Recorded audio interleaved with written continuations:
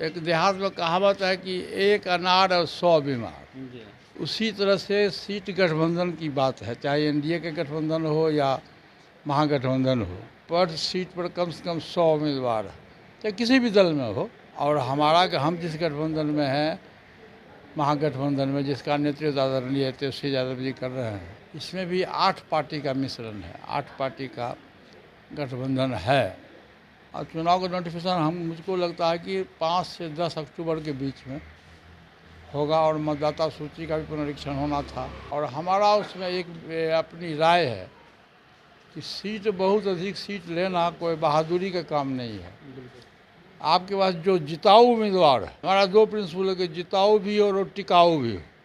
ये हमारा प्रयास होगा कि हम पार्टी के जो मेन हमारा वर्कर है, जो रात दिन खटने वाला हमारी पार्टी का जो वर्कर है, हम उसी के बीच में अपना टिकट का बंटवारा करेंगे। दूसरे पार्टी की तरह नहीं, दूसरे पार्टी की तरह नहीं करेंगे कि भागलपुर का आदमी है तो हम उसको आगे मुंगेर में टिकट दे देंगे। नमस्कार, आप बोले भारत देख रहे हैं, मैं हूं आपके साथ कमलेश। बिहार में विधानसभा का चुनाव होना है, चुनावी बिगुल बजना बाकी है, लेकिन देखिए बिहार में सियासी सरगर्मी तेज है। लगातार एनडीए के नेता विपक्ष के ऊपर बरसते हुए नजर आते हैं। लेकिन आज भोला पासवान शास्त्री जी का जयंती भी है। इस मौके पर पूर्व केंद्रीय मंत्री और राष्ट्रीय लोक जनशक्ति पार्टी के राष्ट्रीय अध्यक्ष पशुपति पारस माल्यार्पण किए, श्रद्धांजलि अर्पित किए। और इस पर बातचीत करने के लिए खुद हमारे साथ पशुपति पारस जी हैं। क्या कहेंगे, आज भोला पासवान शास्त्री जी का जयंती है, उसको लेकर? देखिए, स्वर्गीय भोला पासवान शास्त्री जी का जन्म एक दलित परिवार में आज के दिन 21 सितंबर 1914 को हुआ था। पूर्णिया का एक बहुत ही सुदूर देहात में उनका जन्म हुआ था, और बहुत मेहनत करके, परिश्रम करके उनकी पढ़ाई लिखाई शिक्षा हुई, और डॉक्टरेट की उपाधि भी उनको मिली, शास्त्री का उपाधि भी मिला उनको।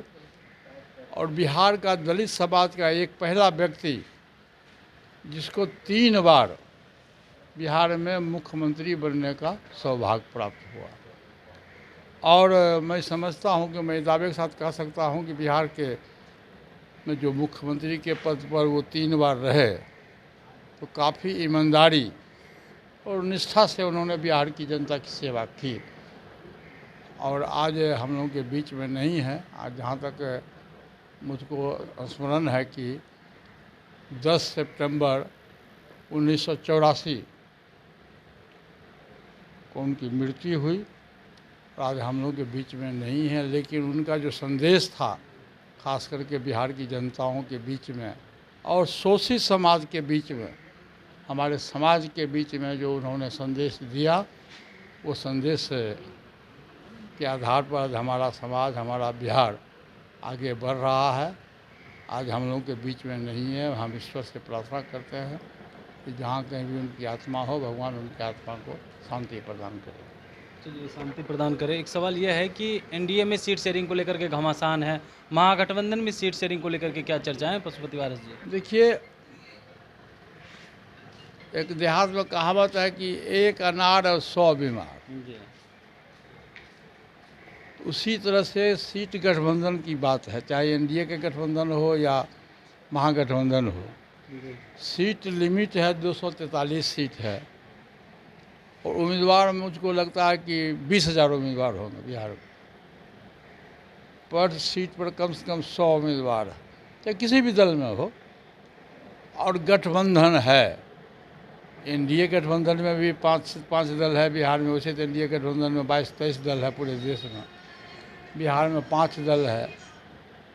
और हम जिस गठबंधन में हैं, महागठबंधन में, जिसका नेतृत्व आदरणीय तेजस्वी यादव जी कर रहे हैं, इसमें भी 8 पार्टी का मिश्रण है, 8 पार्टी का गठबंधन है। और अभी चुनाव का नोटिफिकेशन नहीं हुआ है जी। और चुनाव का नोटिफिकेशन मुझको लगता है कि 5 से 10 अक्टूबर के बीच में होगा, और मतदाता सूची का भी पुनरीक्षण होना था। इसी बीच में कई बार बैठकें हुई है, लेकिन अभी फाइनल स्टेज पर नहीं पहुंचा। फाइनल डिसीजन अभी नहीं मिला है कि किस दल को, चाहे बड़ा दल हो, छोटा दल हो, किसको कितना सीट मिलेगा। आपस में जब बैठक होगी, बैठक होने के बाद सभी दल के लोग बैठेंगे और हमारा उसमें एक अपनी राय है कि सीट बहुत अधिक सीट लेना कोई बहादुरी का काम नहीं है। आपके पास जो जिताऊ उम्मीदवार है, हमारा दो प्रिंसिपल है कि जिताऊ भी हो और टिकाऊ भी हो, जो जनता की सेवा कर सके ईमानदारी पूर्वक, वैसे व्यक्ति को। और ये भी प्रयास होना चाहिए पॉलिटिकल लोगों के लीडर्स को, ये हमारा प्रयास होगा कि हम पार्टी के जो मेन हमारा वर्कर है, जो रात दिन खटने वाला हमारी पार्टी का जो वर्कर है, हम उसी के बीच में अपना टिकट का बंटवारा करें। दूसरे पार्टी की तरह नहीं दूसरे पार्टी की तरह नहीं करेंगे कि भागलपुर का आदमी है तो हम उसको आगे मुंगेर में टिकट दे देंगे, औरंगाबाद का आदमी है तो हम आगे दरभंगा से टिकट दे देंगे। नहीं, हम इसके विरोधी हैं। हम लोग चूँकि संगठन करता रहे हैं, संगठन के प्रति हमारा रहा है शुरू से। जब से राजनीतिक जीवन में आया हूँ मैं संगठन करता रहा हूँ और मैंने बहुत सा टिकट बांटा है लोगों का। इसलिए हमारा ये प्रिंसिपल है कि जिताऊ भी हो और टिकाऊ भी हो और स्थानीय हो और पार्टी का ईमानदार कार्यकर्ता भी हो, जो पार्टी के प्रति खटे, पार्टी के प्रति उनका उद्देश्य सही हो, शोषित पीड़ित जनता के बीच के रहमुना हो। क्या लग रहा है इस बार महागठबंधन की सरकार बनेगी? क्योंकि एनडीए कह रहे हैं 2025 225। देखिए कहने के लिए तो लोग कुछ कहता है।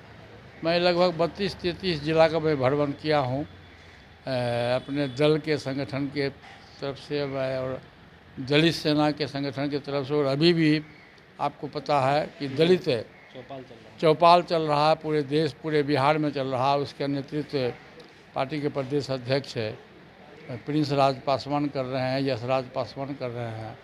और दलित सेना के जो हमारे प्रदेश अध्यक्ष हैं घनश्याम दाहा जी, उसका नेतृत्व कर रहे हैं। दलित सेना के प्रधान महासचिव हैं रंजीत पासवान जी, इन लोगों के नेतृत्व में वो दलित चौपाल चल रहा है। और अभी तक मुझको लगता है कि 22-24 जिला में हुआ है और काफ़ी उत्साहवर्धक है, क्योंकि उसमें कोई आम सभा होना नहीं है। जो गांव घर में जो पंचायती होता है उस ढंग से होता है और उससे काफ़ी लोगों में जागृति आई है। और धीरे धीरे मुझको लगता है कि दलित समाज, ये मेरा प्लानिंग है, हमारे पार्टी का प्लानिंग है कि चुनाव नहीं, चुनाव के बाद भी हम इस कार्यक्रम को परमानेंट करते रहेंगे। कम से कम बिहार में 38 जिला है तो 3800 जगह हमारा योजना है कि हम दलित चौपाल 3800 जगह करेंगे। और पूरा ऐसा कोई भी दलित का टोला नहीं होगा, प्रयास रहेगा जो उससे वंचित हो, जिसे समाज में उसका क्या अधिकार है, बाबा साहब भीमराव अम्बेडकर के द्वारा जो मौलिक अधिकार दिया गया है, उस अधिकार का उसको हनन नहीं हो। इसके लिए हमारी पार्टी और हमारा जो संगठन है, युवा संगठन है, दलित संगठन जो नौजवान का संगठन है, वो पूरे बिहार में घूम घूम के हम लोग जागृत पैदा कर रहे हैं। जब स्वर्गीय पासवान जी जीवित थे तो उस समय 1984 में दलित सेना का गठन हुआ था। और दलित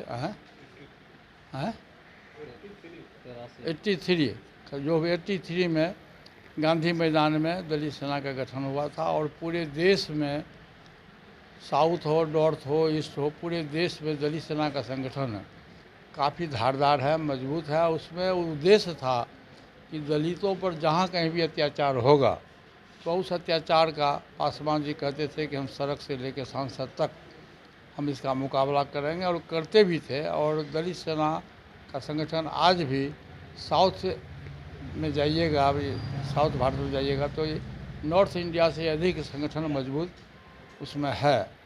और उस समय से दलित सेना का संगठन हुआ और उसमें हमारा जो दलित सेना का, मैं समझता हूँ कि पहला प्रदेश अध्यक्ष अंबिका प्रसाद बीनू जी थे। पहले थे,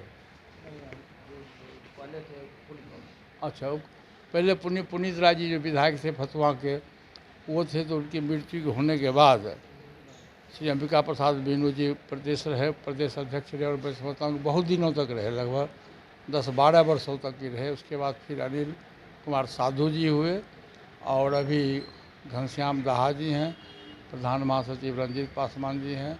फिर जो दलित चौपाल हो रहा है, इसमें एक कमेटी हमारी बनी हुई है, दलित सेना के जितने भी लोग हैं उसमें, जैसे बीनू जी हैं, जैसे उसमें सभी लोग हैं, घनश्याम दाहा जी हैं, रंजीत पासवान जी हैं, इस ढंग से उधर अपना पासवान जी हैं, सब लोग हैं उसमें शरीक हुए हैं। लगभग कितना जगह हुआ है वो शिवनाथ जी? शिवनाथ पासवान जी उसमें पार्टी के वरिष्ठ नेता हैं, लेकिन दलित सेना का जहाँ भी चौपाल हो रहा तो उसमें इनकी भी भागीदारी है और बहुत से लोगों की भागीदारी है। एक वो है अपना, क्या नाम है, नाम में भूल जाते हैं उनका, बेगूसराय वाले जो हुआ है अभी, एक मनीष त्यागी जी हैं जो जस्ट परसों बेगूसराय में लाखों में हुआ है, दलित चौपाल हुआ और बहुत बड़ा कार्यक्रम था। तो ये 10-12 लोगों की टीम है हमारी पार्टी के अंदर, 10-12 लोगों की टीम है जो ये लोग जाते हैं वहाँ और एक दिन के बाद एक दिन, जैसे आज परसों है फतुहा में, 23 तारीख को फतुहा में है, 25 को चकाई में आए, क्या हुआ 23 को ना फतुहा में, 23 को फतुहा में है और 25 को चकाई में है। इसी ढंग से हम लोगों का फिर प्रोग्राम बनते जाएगा। औरंगाबाद में भी है, हुआ है, आरा में हुआ है, आपको बक्सर में होने की बात हो रही है, चलता रहेगा। ये मैंने आपसे कहा ना कि ये जो नेतृत्व जो 10-12 आदमी का हमारा टीम है, ये ऐसा नहीं कि हम चुनाव के लिए कर रहे हैं, चुनाव के बाद भी दलित समाज में जागृति कैसे आवे, वो अपने अधिकार को कैसे समझें, इसके लिए हमारा चुनाव के बाद भी चलते रहेगा ये अभियान, कभी बंद नहीं होगा।